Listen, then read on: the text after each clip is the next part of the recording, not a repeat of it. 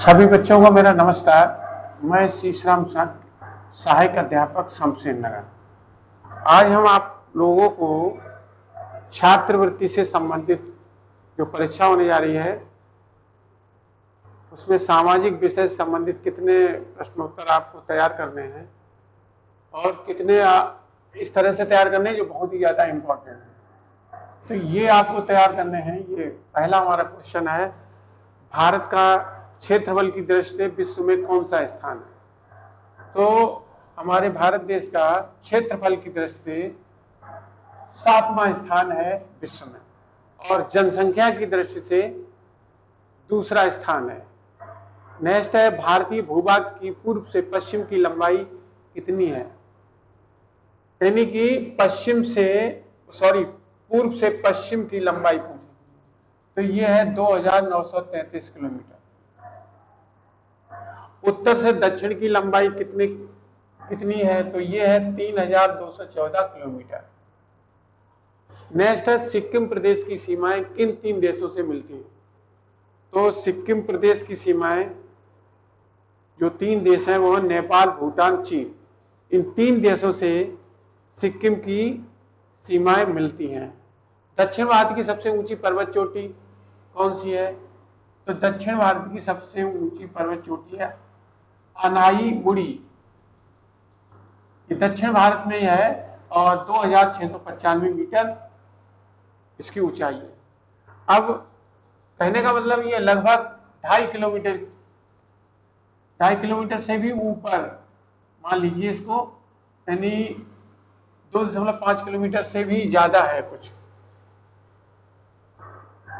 Next है, लक्षद्वीप कितने द्वीपों का समूह है? तो लक्षद्वीप में कुल जो है 36 द्वीप है। और भारत की सबसे बड़ी तटीय झील कौन सी? तटीय झील का मतलब होता है तट के किनारे, यानी समुद्र तट के किनारे। तो ये है चिल्का झील, ये उड़ीसा में है, ओडिशा, ठीक है, चिल्का झील।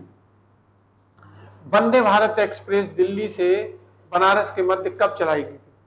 ये सबसे ज्यादा फास्ट भारत की ट्रेन है और इसको दिल्ली से बनारस के मध्य चलाया गया था।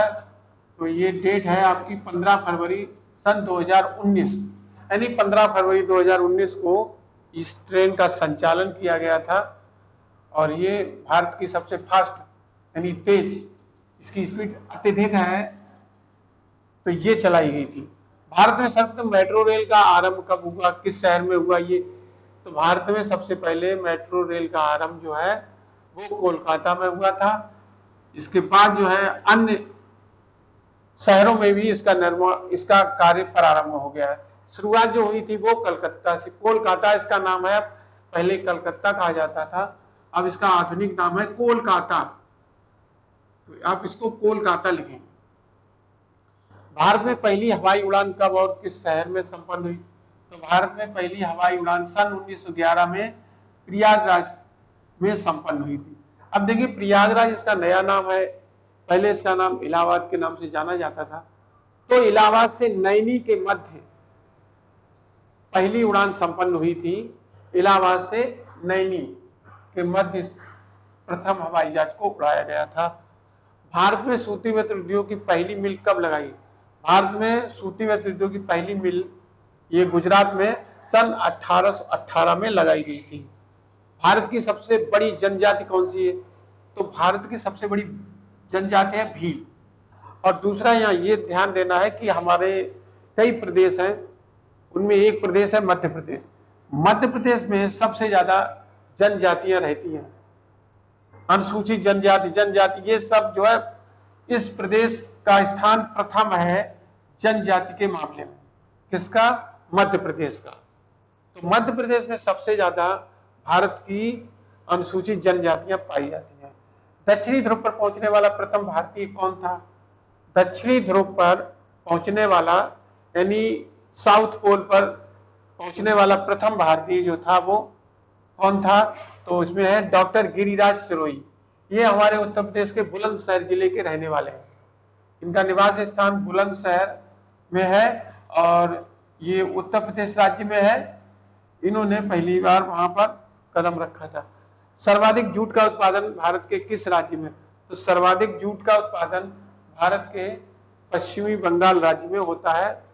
इसको मालूम है, आपकी पश्चिम बंगाल की राजधानी कोलकाता है। और ये भी पता होना चाहिए आप लोगों को कि जूट और धान की खेती के लिए सबसे ज्यादा पानी की आवश्यकता होती है। तो यहाँ पानी की उपलब्धता काफी अच्छी है, इसीलिए यहाँ पर जूट का भी उत्पादन होता है और धान का भी होता है। तो ये प्रदेश नंबर 1 है इस मामले में। भारत का प्रथम परमाणु ऊर्जा उत्पादन केंद्र, तो प्रथम ऊर्जा उत्पादन केंद्र जो है तारापुर है। इसके अलावा हमारे उत्तर प्रदेश में बुलंदशहर जिले के पास एक परमाणु ऊर्जा उत्पादन केंद्र लगाया गया है, जिस जगह का नाम है नरौरा। ये भी बुलंदशहर जिले के पास में ही है। नेक्स्ट है पर्वतों की रानी किसे कहा जाता है? ये हमारे उत्तराखंड राज्य में स्थित है मसूरी। तो यहाँ पर इस जगह को कहा जाता है पर्वतों की रानी, उत्तराखंड राज्य में ये ध्यान है। ये प्रश्न बहुत ही इंपॉर्टेंट है, आप लोग अगर इन्हें ढंग से याद करेंगे, क्योंकि कुछ ऐसे प्रश्न हैं जिनमें 2-2 प्रश्न बन रहे हैं, तो आप थोड़ा, इसीलिए हमने इसका वीडियो बनाया है।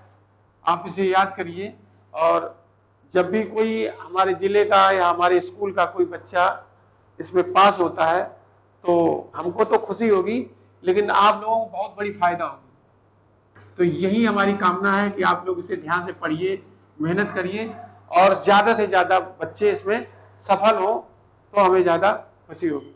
थैंक यू, धन्यवाद।